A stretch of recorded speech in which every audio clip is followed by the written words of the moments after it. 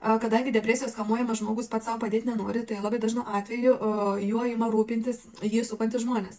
Bet artimieji turėtų būti tvirti ir ryžtingi ir tam ligoniui pasakyti, kad niekas kitas jam padėti negali, tik jis pats gali rasti išeitį iš tokios susikloščiusios situacijos. Svarbiausia, ką toks žmogus turi suvokti, kad jo depresija sukėlė vaikystėje ar jaunystėje patirtas didžiulis dvasinis skausmas. Toks žmogus save neigia tokį, koks jisai yra.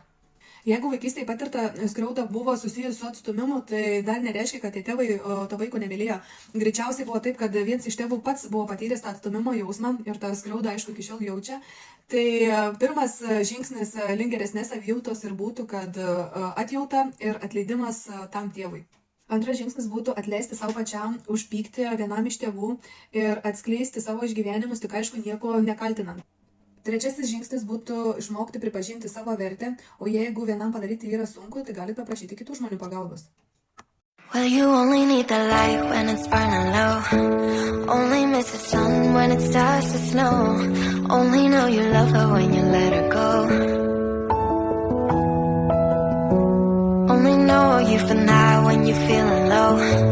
Only hate the road when you're missing home. Only know you love her when you let her go.